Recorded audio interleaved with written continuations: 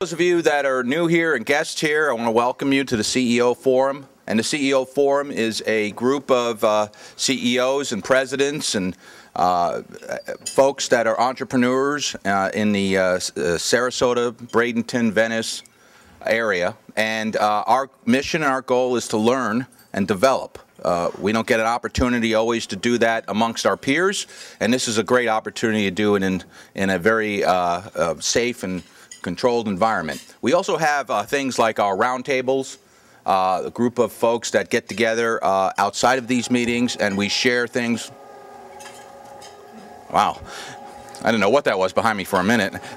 We share things like our challenges in business on a more less formal setting, and these are our breakfast meetings we have once a month for the most of the year. I would like to thank our event sponsors. Our platinum event sponsor today is Raymond James. Raymond James stepped up to the plate and became our platinum sponsor. So everybody please give Raymond James a round of applause. How's that? Oh, wow. Excuse me, I gotta lower my voice now. Our speaker was provided by the Caldwell Trust Company, and please give them a hand for helping us secure our speaker today. And our silver sponsor, and Matt Walsh was not able to be here, and he was very, very disappointed. He and Lisa are going to receive recognition from a national newspaper association, so they had to fly out of town for the Observer Group. So the silver sponsor is the Business Observer, so please give them a hand even though they can't hear it. So I'd like to welcome David Sammons to the podium to give a little brief intro about Raymond James. And come on up, David. Now, can everybody hear me? And pardon my voice. I'm trying to do this without coughing. So I wanted to thank the CEO Forum for allowing us the opportunity to be here this morning. We think this is a very impressive presentation we're about to hear, so we're proud to be part of this. I wanted to share a couple of things with you about Raymond James. It would be, I think, near and dear to the hearts of the folks in this room. Last year, our firm started off as with one financial advisor back in the early 60s. Now we've grown to over 6,000 financial advisors just in the United States alone. We celebrated our 50th anniversary last August. And then we also just hit another milestone, which I think would be near and dear to your hearts. We just posted our 100th consecutive quarter of profitability. So that takes in a lot of time. If you look back, that harkens back to the late 80s when the last time we didn't post profits. So anyway, on behalf of all my associates here at the table and the over 12,000 associates of Raymond James worldwide, thank you for being part of this, and thank you for allowing us to be part of this morning. Okay, and at this time, I would like to introduce Kelly Caldwell to introduce Dr. Laffer. So, Kelly. Well, good morning, everyone. And we're sure going to have a treat today because Dr. Laffer has been a dear long friend for over 40 years, going back to the 70s when he visited Venice, his aunt there, and got to know my father. By the way, I'm Kelly Caldwell, Caldwell Trust Company, and we're a local independent trust company here celebrating our 20th year. And is it working?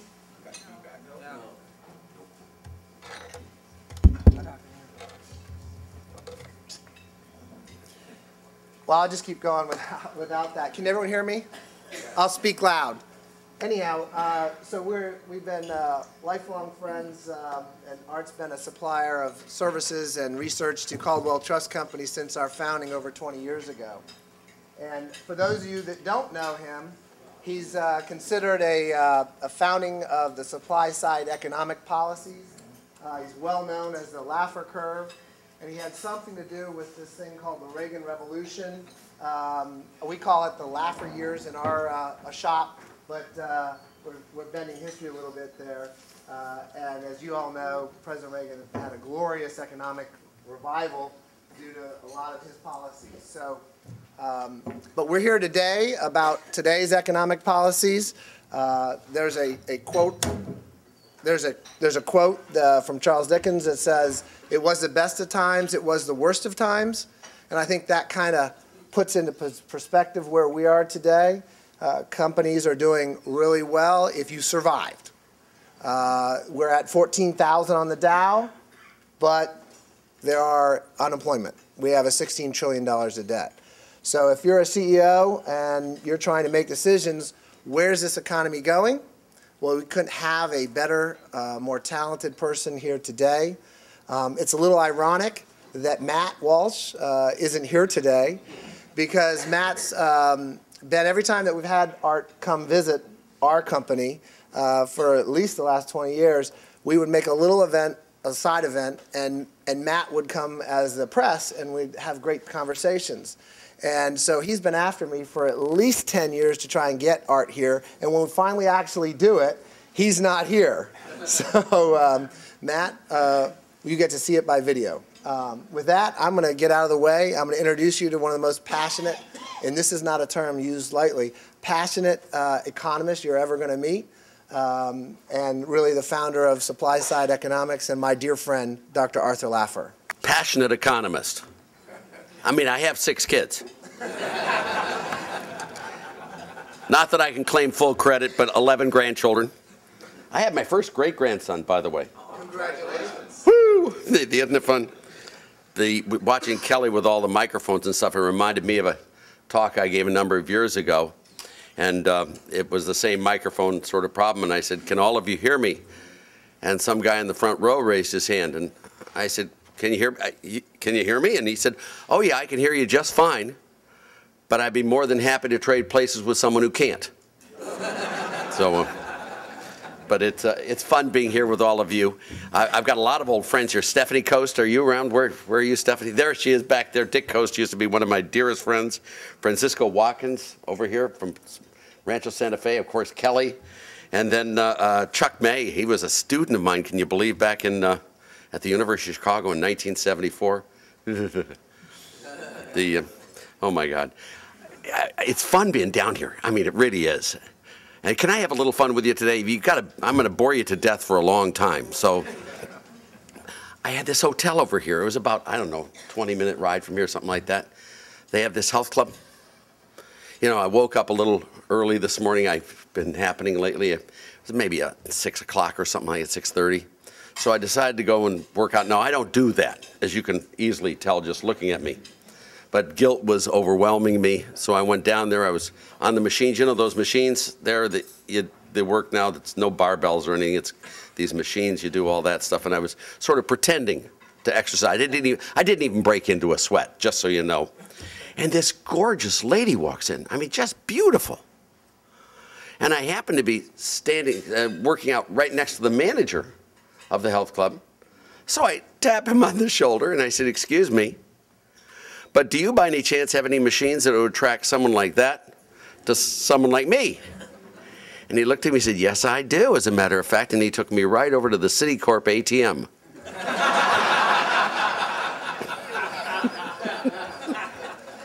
It's fun being with all of you, and thanks for forgive me. I'm going to talk about something that I don't think you've heard people talk about lately. I'm going to split my time about half and half between this topic, which is the states. All of you come from somewhere else or aware of somewhere else. You're all aware of the hugely attractive nature of Florida. And when you look at the states today, we're all focused on fiscal cliffs and debt ceilings and sequestration and all serious stuff. And I'm going to come back to that. But I want to take you to where I really think the action is today and what's going to determine your future and what's going to determine the political future of the U.S. Politics does not flow from Washington down to the states. Let me tell you, it flows the other way. In 1980, President Reagan was elected with a very different backdrop than if he had been elected in 1976. I will assure you from personal, if Reagan had been elected in 1976, you would have had a very, very different president of the United States, and you wouldn't have liked him nearly as much as the man you got elected in 1980. What really happened with Reagan in the intervening 4 years were a bunch of state issues. One of them was called Proposition 13. If any of you are from California, in June 1978, we passed Proposition 13 over all the enemies of people, beauty, love, America. All the politicians, Republicans, Democrats, opposed it, and we won with only 59% of the vote. It was a real close call. That election and then the prosperity that followed, it was 12 years of incredible boom for California. Then there was something called Prop 2.5 in Massachusetts, if any of you remember that one. Again, the same type of property tax limitation that really did a great job for Massachusetts. In Puerto Rico, it was a huge tax reform in Puerto Rico. I was involved with it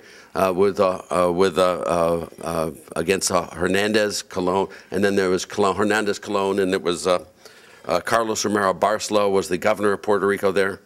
We cut the highest tax rate from 87.1% down to 50%. Pretty dramatic.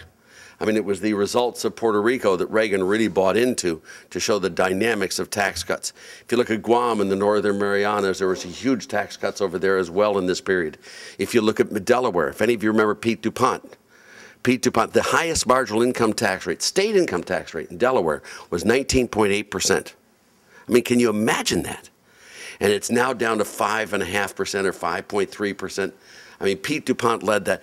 It was these state issues going on everywhere, and the bond issues failing and all of that, that really percolated up and really changed the politics of the U.S. Well, if you look at the U.S. today, those battles are going on stronger than ever. And there are two models being run, just as there always are. If any of you are familiar, you've got the Vermont model, Connecticut, Maryland with O'Malley. You know, O'Malley's raising tax rates like mad, so is Connecticut. Vermont has socialist everything in there. You look at Massachusetts with Duval Patrick. He's raising tax rates all over to solve the budget problem in Massachusetts. You go to Illinois with Quinn. Any of you seen what's happening with Quinn in Illinois? Again, the tax increases and then all the favors they're handing out with tax exemptions to their friends and their colleagues. And then if you go to Minnesota with Mark Dayton. Mark Dayton's a brother of a classmate of mine at Yale, and he's just raising tax rates. He's got this new snowbird tax. I mean, it's just, you know, it just doesn't stop. And then you go, of course, to California. California recently passed Proposition 30, which raises the highest marginal income tax rate in the state of California from 10.3% to 13.3%. It raises the sales tax rate by 25 basis points. You've got all of these states moving sharply to the left to try to balance their budgets on higher tax rates and more regulations and more government intervention. Then you've got the other side. And the other side is equally as exciting with equal numbers. I mean, Rick Scott here in this little state, I mean, not too bad. In my state of Tennessee, Bill Haslam, we got rid of the gift and estate tax last year. We've got the hall tax in our crosshairs to get rid of that. We stopped collective bargaining from the teachers' unions. We got rid of that. If you go up a little north, up into Indiana, Mitch Daniels made Indiana a right-to-work state. Mitch Daniels got rid of the gift and estate to get rid of the estate tax in Indiana. Now you've got Mike Pence replacing Mitch Daniels. Mike Pence has just agreed to cut the income tax rate by 10% across the board. Pretty impressive. You've got Michigan. I love Michigan. Have any of you seen what happened in Michigan with Snyder? Snyder was elected. They got a Republican House and a Republican Senate in Michigan. I mean, I didn't think they could spell. Well, they can't spell Republican, but excuse me. What was it? I lied of Michiganders. As you can tell, I'm a Buckeye originally, so I have a real thing on for Michigan. But why Michiganders have round shoulders and flat foreheads? You ask them a question, they always go. You tell them the answer, and they go. Stephanie, that's not really true. That's not really true. Dick was the one exception. But I mean, in Michigan, Snyder comes in. He makes a pact with the unions. He said, look, this isn't about you. It isn't about me. It's about Michigan. Let's get this state going and growing. Let's get prosperity back into the state. I'll leave you alone if you'll leave me alone. Is that a deal? And the unions all agreed. I mean, the Teamsters, the United Auto Workers, all of them shaking hands, big deal. I mean, across the board, the unions and the Republicans are going to leave each other alone, stay out of each other's territories. No more aggression, no more fighting, none of that stuff. We're going to work together. First thing that happens is this last election, with Obama leading dramatically in the polls, the unions decided this was their time to break the deal. What they did was they put the forced union into the Constitution. They did a constitutional amendment which required the state by Constitution to be a forced union state. Unfortunately for them, they missed. They lost, and they lost the election on that constitutional amendment. And Rick Snyder gets up 2 weeks later and says, you know, we had a deal. They broke the deal. 2 weeks later, Michigan became a right-to-work state. Can you imagine anything more anomalous in your life than Michigan, a right-to-work state? Then you go over to Wisconsin, Scott Walker. I mean, have you seen what's going on with Scott Walker? It's amazing what he's doing over there. You go to Ohio, John Kasich. I mean, Ohio now got rid of the gift, got rid of the estate tax. He tried to get some, he's doing some tax cuts there as well. Oklahoma, Mary Fallon, completely pro getting rid of the income tax in Oklahoma. Bobby Jindal in Louisiana says he's going to get rid of the income tax there. Nebraska's going to get rid of the income tax. I mean, I don't know if any of you remember back long ago with the Nebraska football, and do any of you remember that, the Cornhuskers, the big football team?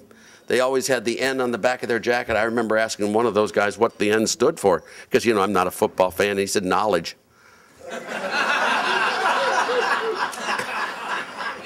Just teasing, just teasing. But Nebraska, I was just down in Arkansas. Arkansas flipped its legislature from Democrat to Republican, both House and Senate in Arkansas. They want to go on a major reform there. If you look at some of the other states, I was up in North Carolina with McCrory not 2 weeks ago, 3 weeks ago. They're going to go for a zero income tax. It's just amazing, the revolution. The biggest one of all, by the way, is in the silly state of Kansas. Sam Brownback, if any of you remember Sam, he's already cut the income tax rate by 2.5 percentage points. That state is taking off. Sam Brownback keeps no prisoners. He's doing the best job of any governor in the United States. Again, Utah, if you look at Governor Herbert there, you are seeing a revolution going on all across the states. Watch it and watch it carefully, because this is where the future politics is coming from. Red states versus blue states. And this is the revolution. I'm going to take you through some of the numbers here, because I've been working on state economics since Proposition 13. You know, let me just talk to you about it. And I know you come from Florida, and I know you don't have to worry about this stuff. And I'm from Tennessee, and we don't either. But let me take you through some of the evidence. You know, I did this book called Eureka, How to Restore Prosperity to California. And I went through all the stuff of all the states. We have 50 states in this wonderful country of ours. We have 60, 70 years worth of data. I mean, a huge repository of data of competitive policies going on with actual results. I mean, this is the best experimental ground you've ever seen. It's amazing. Yet you go into a state capital, and they may have an inkling of what's gone on in their own state in the last 3 or 4 years. And that's about the extent of their experiential base. It's amazing how little they use the evidence that comes from all these other states. Almost anything that can be done has been done. It's been done by Rhode Island in 1974 or by Oregon in 1985. You know, these things have all gone around. So what I decided to do was compile all of the data you can get on the states and just sort of look at what goes on in those states. First thing I did was there are 9 states in the U.S. that have no income tax. It includes, of course, Florida, Tennessee, Texas, Wyoming, South Dakota, New Hampshire. It includes Nevada. It includes Washington State, Alaska. Those are the 9 states that have no income tax. I took those 9 states on the major metrics, gross state product, employment, population, the major things you look at, and I compared them with the 9 states that have the highest income tax rates. And I looked at their performance over the last 10 years.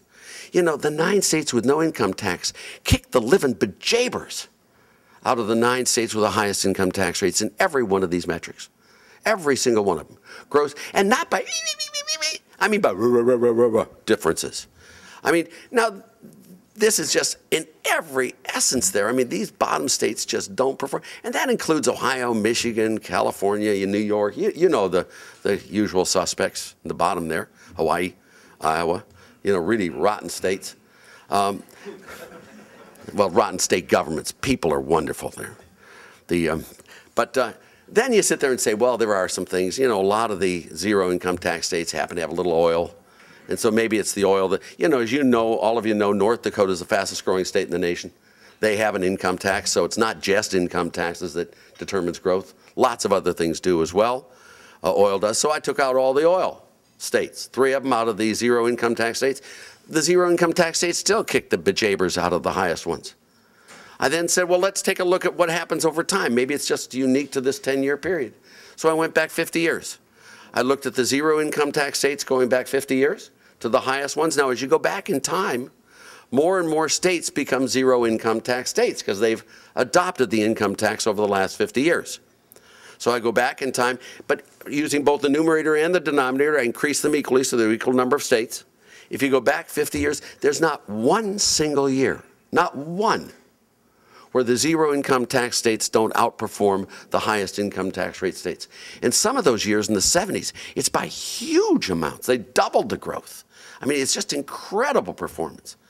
But still, you've got a little problems with this because, you know, the zero income tax rate states are different from the highest income tax rate state. Florida is not New York. New York's never been a zero income tax state. Florida has never had one. And, you know, California is not Texas. Nevada is not Oregon. You know, Washington State is not Utah. You know, you look at all of these different states, they are different. So what I did to try to eliminate this problem was there are 11 states in the United States that have introduced a progressive income tax in the last 50 years.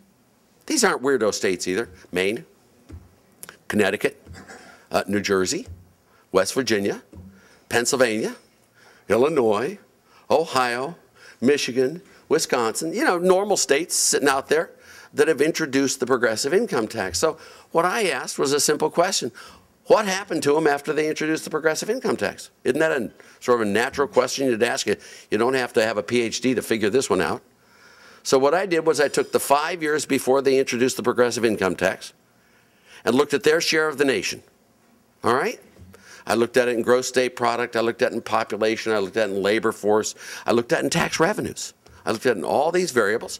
What share of the nation were they in the 5 years before they introduced the progressive income tax? Now remember, every one of these states did it in different years, so I'm comparing across. And then I looked at each of those 11 states in the last years and asked, what share of the U.S. are they today? Seems like a straightforward question. It's hard to imagine Ohio's winters have gotten better because they put in a progressive income tax. Although they can't get worse. All of you with me, what I'm describing to you? It's a rather straightforward. Let me just tell you, every single one of the 11 states that introduced a progressive income tax has declined as a share of the U.S. economy in gross state product, in population, and in labor force. Every single one of them has. And some of them have gone down by a lot. For example, if you look at Michigan, back before they, and by the way, can any of you guess who the governor was in Michigan? Whose pièce de résistance was the introducing the Romney. I just thought you'd find that humorous. Just, you know, I'm sorry. Yeah, well, you know, he was not my candidate. I loved his father. He's a great guy, but no progressive income tax, thanks. Michigan went from 5.1% of the U.S. economy to 2.7%. Have any of you gone to Detroit lately? And just walked around? It's hollowed out. It's done. It's cooked. It's baked. It's taken off the griddle. My home state of Ohio. I mean, I was born in Youngstown, raised in Cleveland. Both of my parents were born and raised in Cleveland. All four of my grandparents were born and raised in Cleveland. 7 out of 8 of my great-grandparents were born and raised in Cleveland. I'm a Buckeye. I want nothing more than to be home in Cleveland. I can't. I mean, it's such a hostile economic environment. You can't go back. You know, I go about once a year to visit all my relatives. I go up to Lakeview Cemetery, if any of you know Cleveland. I go there and visit them all, and then I drive through Cleveland, my hometown. I still consider it my hometown. And their buildings are all boarded up. Guys walking around with brown paper bags. The only things that look good are 501c3s, tax-exempt organizations. Something called Cleveland State University. I put a little sick after it because there's no one to be educated in Cleveland, but it looks really nice. The Cleveland Clinic looks great. All the rest of the buildings are boarded up, torn down. I mean, you have to be a tax-exempt organization to survive in this world if you're in Ohio. If you go to some states, I mean, New Jersey. Come on, New Jersey. In 1965, New Jersey had neither an income tax nor a sales tax. Now, 65, that wasn't that long ago. I was 25 at the time. That was 47 years ago. I mean, in New Jersey had neither an income tax nor a sales tax. It was one of the fastest growing states in the nation. People were moving from everywhere into New Jersey, and it was running a budget surplus. 2 years ago, when my student was the governor of New Jersey, a guy named John Corzine, my student at the University of Chicago, I just want to do truth in advertising. He was a C student.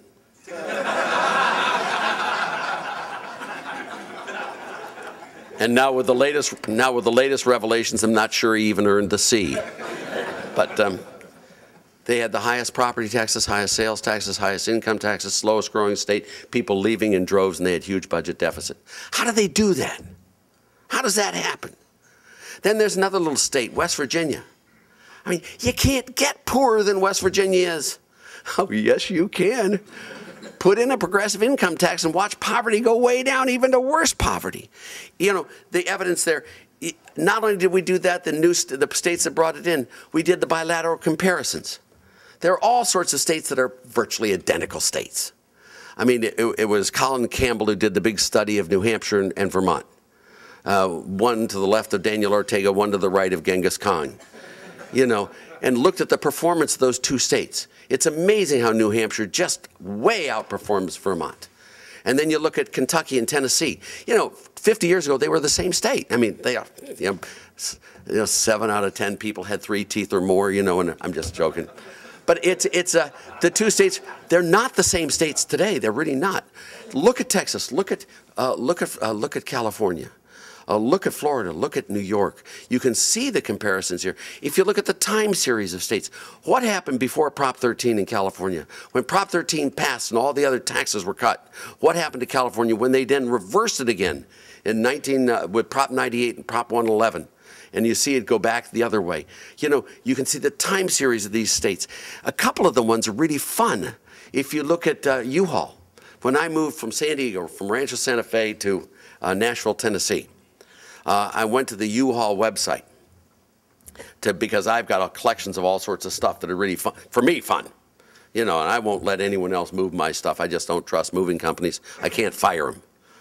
You know, so what I did was I got my guys, they were going to move it all there, and I went to the U-Haul website, and to rent a truck, I forget what it is, 21-foot or 26-foot or something, the largest truck you can use without a special truck driver's license.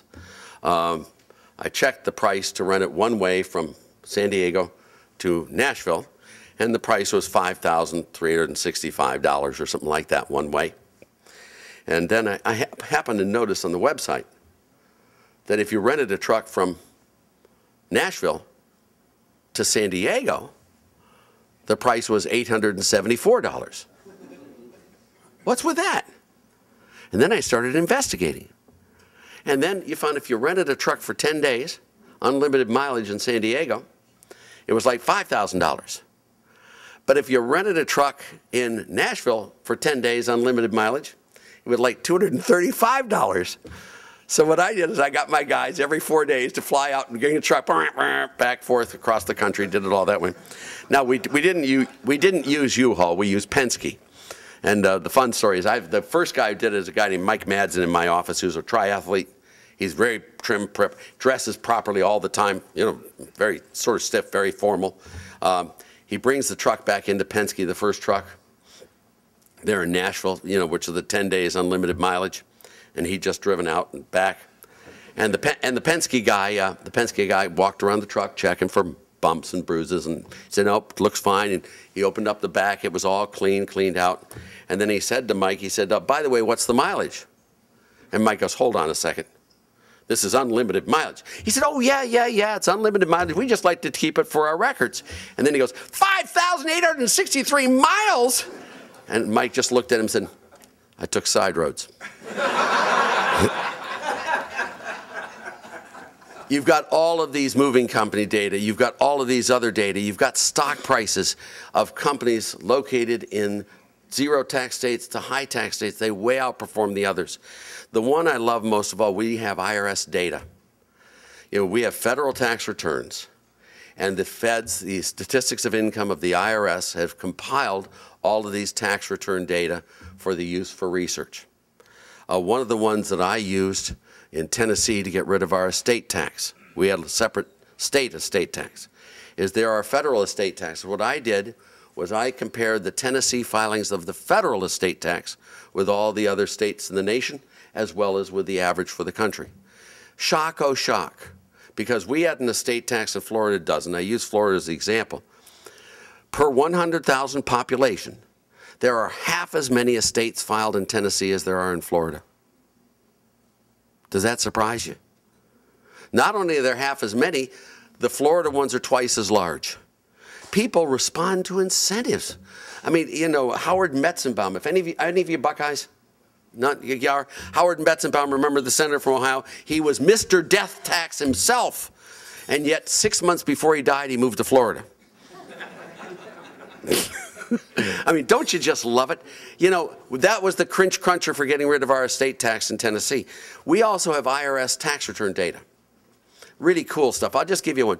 We've got tax returns from 1992 to the present, to 2010. And we know wherever each person is followed by their zip code and by their address, okay? We know everyone who filed in Alabama in 1992, who filed in Tennessee in 1993, who filed in Colorado in 1994, who filed in Texas in 1995. You can follow in aggregate. Now, we can't follow the individuals, but groupings. So we know all of the filings for that. In the last 6 years, okay, I took the zero income tax states and the highest income tax states. Again, the 9-9, this is just an illustration. It works perfectly all the way around. We took how many people, how many tax returns migrated from the highest income tax states to the lowest income tax states. Then we looked at how many tax returns migrated from the lowest income tax states, zeros, to the highest. And then what were the average incomes of the groups? If you look at it, from zero to the highest, all right, there were 900,000 tax returns that moved from the zero income tax states to the highest income tax states. From the highest income tax states to the zero income tax states, it was 1,350,000. 50% more moved from the highest to the lowest than from the lowest to the highest. The difference is in the average income. The people who moved from the highest to the lowest had $54,000 average income, average taxable income. Those who moved from the lowest to the highest were $38,000. I mean, it's just amazing. I'm not going to bore you with any more of this stuff, but let me tell you, states are where it's at. You watch the states and you will see the next coming political revolution. It's on its way. It's in play. You're going to see really, really neat stuff. If any of you want to get this, you can just on Amazon, my book, which is called Eureka, How to Fix California. But it's the first part has all of these data that are just fun stuff. Any questions on that? Otherwise, I'm going into the U.S. U.S. doesn't look so pretty. The battleground is not as clear. We have a bunch of things coming up that are negative. I don't know how negative they're going to be. I mentioned them. We got sequestration. We've got the debt ceiling battles coming on. I don't know how they play out. It just looks like they're just playing it for the politics all the way and seeing if they can get the Republicans to bite in the House. If you look at the House of Representatives versus the Senate versus the presidency, as you know, Obama is the president, and he is for the next 4 years. 47 months. God, I love you. Oh, you just made my day. The Democrats have the Senate for at least the next 2 years, 45, 55. The Republicans have the House, 235 to 200, I think it is, something like that. But the differences in the abilities of these three branches of government to initiate or do policy is very, very different. The president, by his very nature, is enormously flexible. He can change his mind tomorrow. Bing! And he doesn't even have to admit it. He just changes his mind. And he doesn't have to check with anyone or anything. Maybe Michelle, but probably not. He can just do what he wants. The president is extraordinarily flexible in being able to negotiate, to parry, to fight, to really take on in an arena. The Senate is a lot less flexible, but still pretty flexible. There are only 100 members there. The Democrats have a very substantial majority in the Senate. They're far more flexible than the House. The House is by its nature a defensive organization. It is not an offensive organization. The House cannot initiate actions. It really can't, no matter what the laws tell you, it can't. All 435 members of the House think they're geniuses. They do. They think they're really special people, and they probably really are.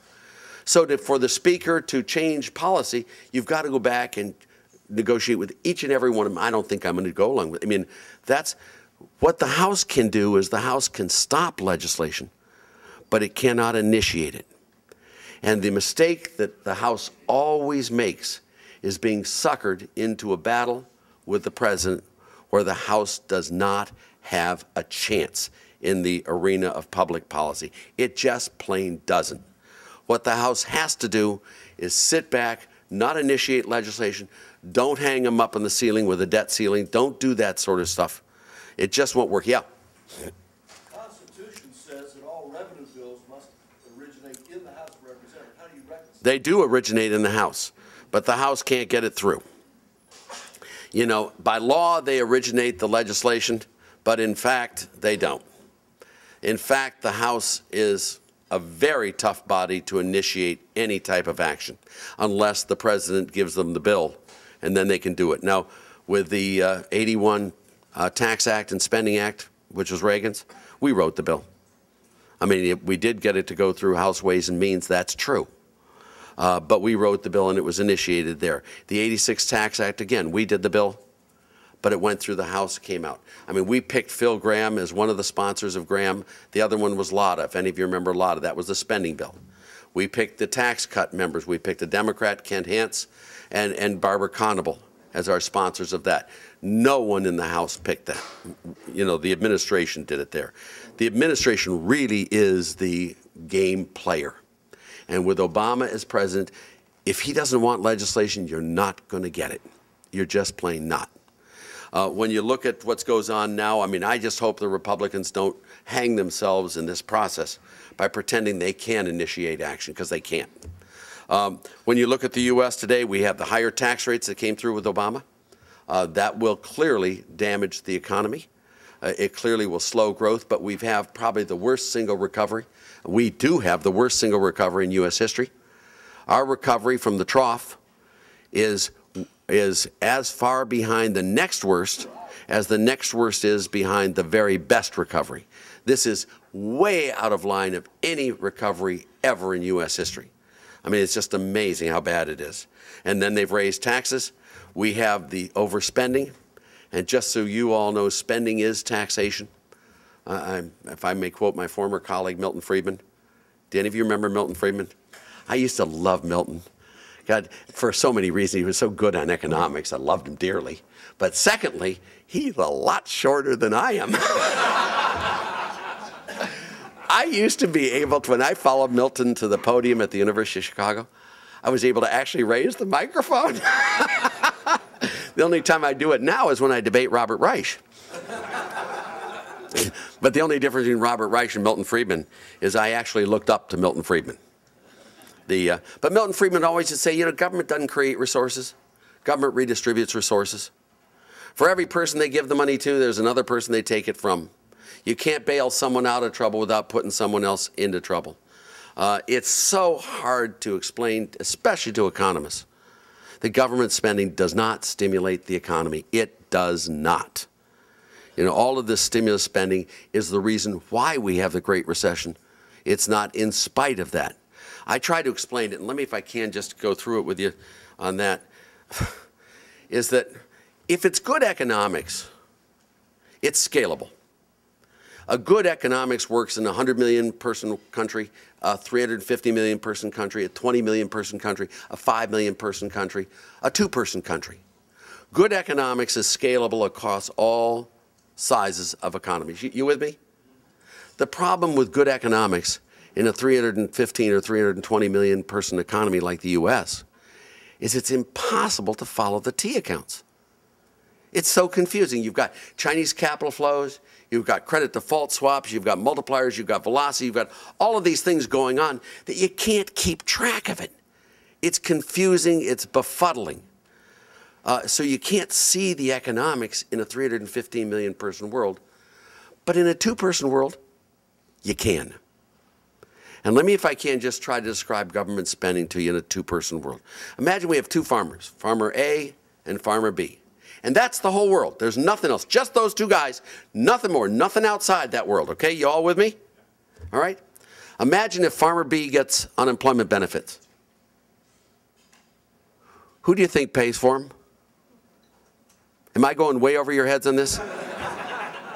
Government spending is taxation, and you cannot tax an economy into prosperity as you have seen for the last 6 years. You can't do it. I have never heard of a poor person spending himself into wealth.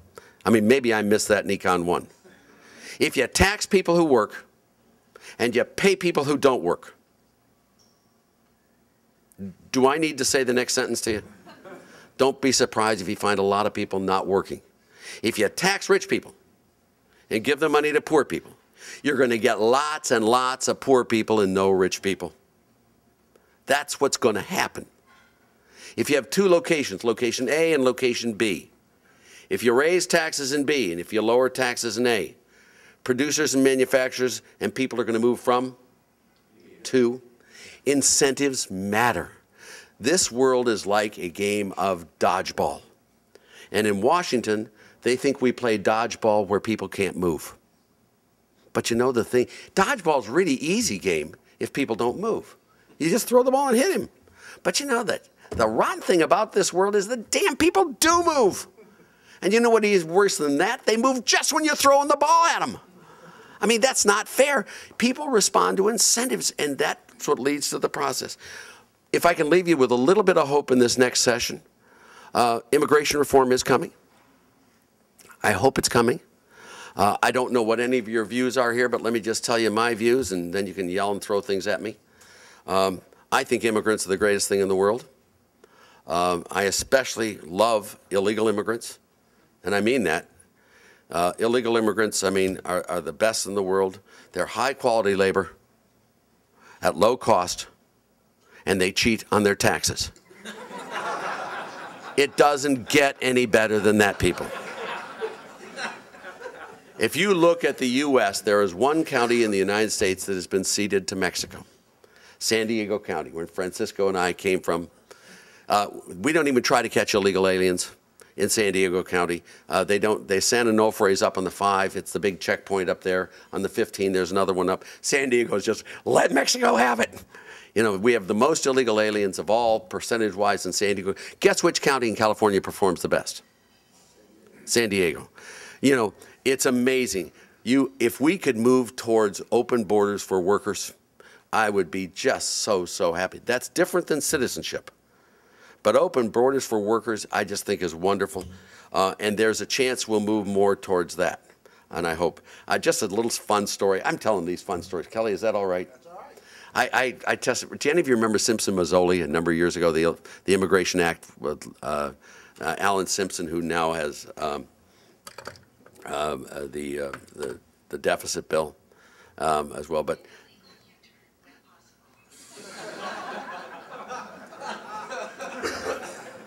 I ain't doing no U-turn for you, guy.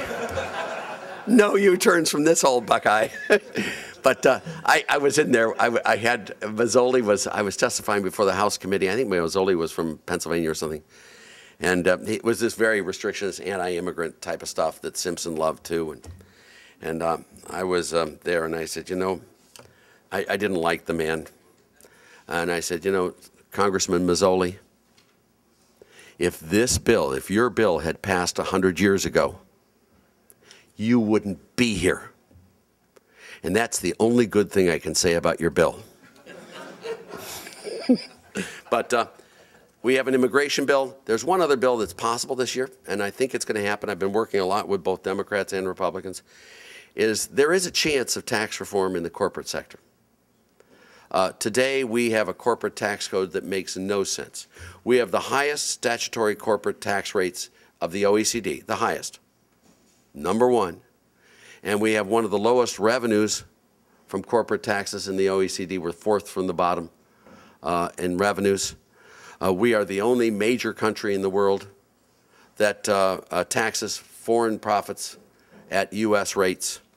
Now, we obviously do give a credit for the foreign taxes paid, But if you're doing business in Ireland and you bring the money home, you don't pay the 12.5% tax in Ireland. That you do pay. But then you also pay the 34% tax in the U.S.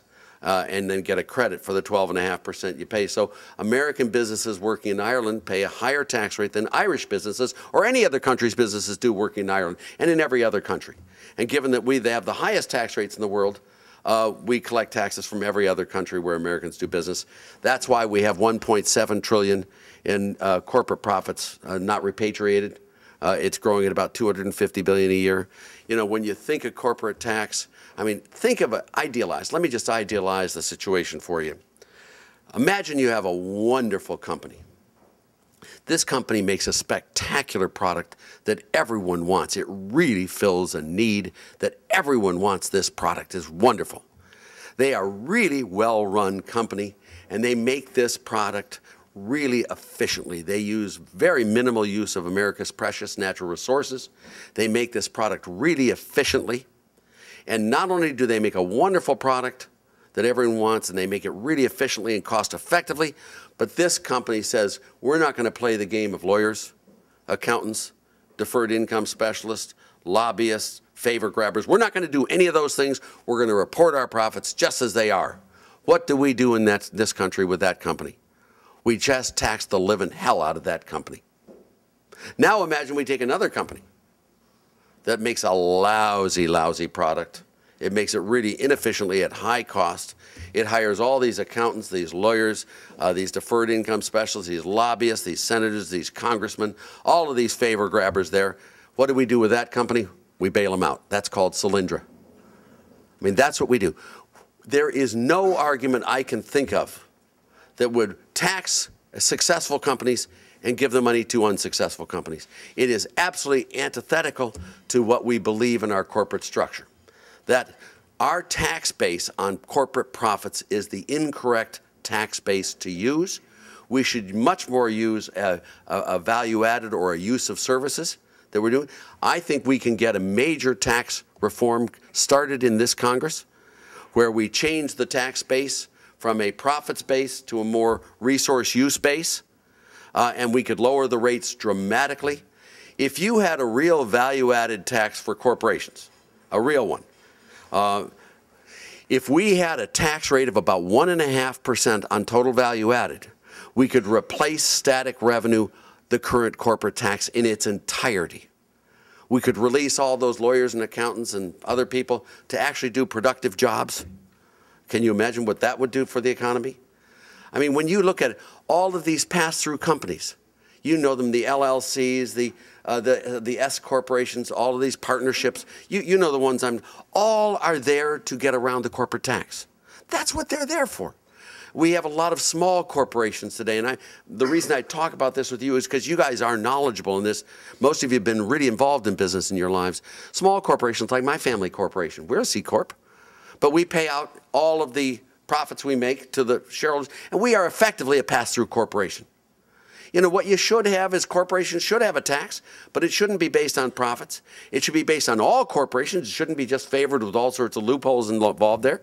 And it should have a low rate and collect enough revenues to really make sense in the process. That is the reform I think we're going at. When you look at the coming of this country, my guess is that because of the states, and I wanted to take you through the states carefully because that's where the action is. Because of the states, I think 2014, the Republicans are going to get control of the Senate. There are a lot of seats up in play, and I think the Republicans have a real chance of taking over the Senate. I think with that being the case, they'll pick up more, they'll get a larger majority in the House. Then the game is a changer. Then you've got to completely change. You've got an administration on the defensive, not the offensive. When you look at what comes in 2016, my guess is you're going to see a total revolution in the U.S., again, coming from the states. That revolution, I think, will lead to a very different U.S.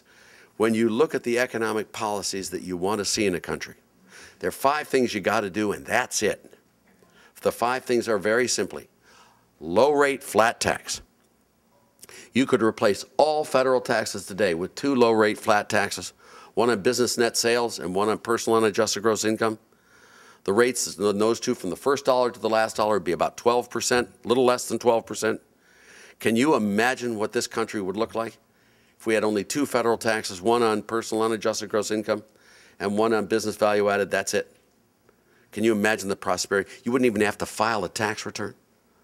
I mean, if the company owes you $100, they give you $88, and they send in $12 to the IRS. Now, if you mow your neighbor's lawn for $10, you do have to send in $1.20. But bottom line, this would really make it efficient. Low rate flat tax, spending restraints. Spending is taxation. There are a lot of functions government's supposed to do, should do, and must do. But beyond that, stop. Do those functions, do them well, and then stop. Spending restraint. Low rate flat tax, spending restraint. Sound money. I mean, there's nothing that can bring an economy to its knees quicker than a debauched currency. High inflation, weak dollar in the foreign exchanges, running up prices. I mean, you need sound money. We have the furthest thing in the world from sound money today. We need sound money. Low rate flat taxes, spending restraint, sound money, free trade. Free trade is essential. There are some things we do better than foreigners. And there are some things foreigners do better than we do. We and they would be foolish in the extreme if we didn't sell them those products we make better than they do. In exchange for those products they make better than we do. It's a win-win, people. It's called comparative advantage, the gains from trade. Dave and Ricardo. I don't care what you call it. Free trade is critical. There would be no North Korea today if we open up trade barriers with them. There would be no communist Cuba today if we traded with Cuba. There would be no Zimbabwe today if we traded with them. Trade really gets rid of despots and horrible people who can't use the U.S. as an example for why they're going to take the lives of all their citizenry. And I mean, it's good politics and it's good economics as well. Low rate flat tax, spending restraints, sound money, free trade, and then minimal regulations. You know, you need regulations. Regulations are essential. You got to have them. You can't wake up in the morning one day and drive on the left-hand side of the road and the next day drive on the right-hand side of the road. Well, I just wanted to change my mind. I don't like regulations. Of course you need regulations. What you want to make sure is that those regulations don't go beyond the specific purpose at hand and do collateral damage to the overall economy. You know, you want to make sure it doesn't go out and stop the system from operating. You know, what we need to get this economy really rolling, low rate flat tax, spending restraint, sound money, free trade, and minimal regulations, and then get the hell out of the way and let the private sector solve the problem. I believe that starting in 2016, you're going to get a lot better candidate than Mitt Romney. I'm sorry to say he was not my favorite. I was a good, loyal trooper, but he believes in progressive taxes. He believes in incomes testing, all that stuff. I think a person should pay more taxes if they make more money. That's true. If you make 5 times as much as I do, you should pay 5 times as much in taxes as I do. It should be a low-rate flat tax, bang across the board. That's where I think what you're going to see happening in 2016, you're going to get a great presidential race, and I think you're going to get a huge explosion of economic growth when the politics changes here in America. I can just take you back to the real president, if you don't mind me, one story. You know, you know who I mean when I say the real president. Ronnie. I miss him terribly. But I used to tease him back when he was president, when he was a candidate. I used to tease him. I used to say, you know, sir, as a professor and as an academic and as a scholar, I want to tell you that it is my personal judgment, based on my academic and research credentials, sir, that you truly are a certifiable genius. But, you know, sir, some of my colleagues at the university don't agree with my assessment of your intellectual acumen. In fact, some of my colleagues don't think you're very bright at all. But the one thing my colleagues and I do agree upon is that your one unique characteristic is your uncanny ability to select your 4 predecessors. Anyone following in the heels of Johnson, Nixon, Ford, and Carter just can't look bad. And I'm going to tell you today very seriously, and this is truthful in this, if Reagan had been elected in '76, he wouldn't have been the same president that you saw. He really wouldn't have been. He'd have been very, very different, and I think you would have been disappointed. He would have been. In all honesty, it took Jimmy Carter to create Ronald Reagan, and it really did. Ronald Reagan saw what happened in the 76-80 period. He saw the state issues going on, and he transformed himself into a very pro-growth, tax-cutting, free trade, free enterprise president. He really was very different than he was in 76, and that's true. And in the same breath that it takes Jimmy Carter to create Ronald Reagan, you can't imagine the great president that's going to follow Barack Obama. And thank you.